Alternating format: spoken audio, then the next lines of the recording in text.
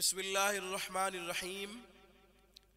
सामीन किराम, कोई शख्स नाजायज़ मुकदमा में फंस गया है, उसे बरी नहीं किया जा रहा, या ये कि उसका मुकदमा संगीन से संगीन तर होता चला जा रहा है।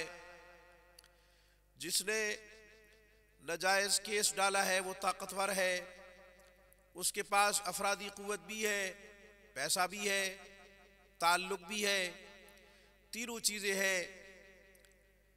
गरीब के ऊपर नाजायज़ केस डाला जाता है, गरीब के ऊपर नाजायज़ मुकदमा किया जाता है, उसे बिला वजह फंसाया जाता है।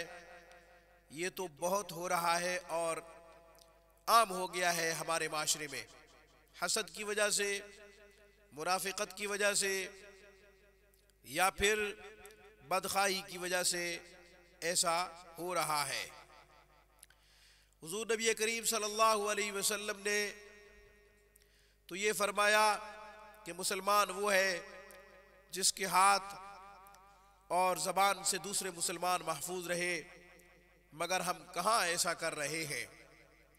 किसी के साथ ऐसा हो गया है, उस पर किसी ने नाजायज़ केस डाल दिया है, तो उसे चाहिए सूरह फतह जो कि पारा नंबर 26 में है और सूरह तूर जो कि पारा नंबर 27 में है, दोनों को एक एक दफ़ा पढ़ लिया करे।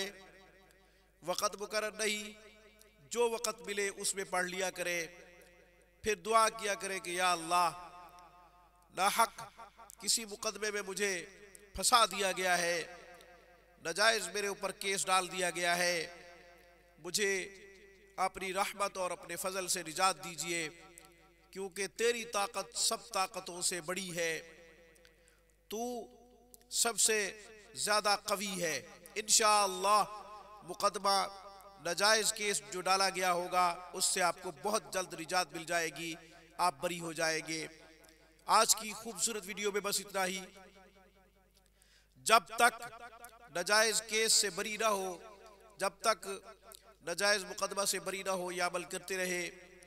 11 दिन की, 21 दिन की कोई कैद नहीं है। आज की खूबसूरत वीडियो में बस इतना ही। रूहानी परवाज़ को सब्सक्राइब कीजिए। हमारी तमाम वीडियोस की अपडेट हासिल करने के लिए घंटी के बटन को दबा दीजिए। अस्सलामु अलैकुम।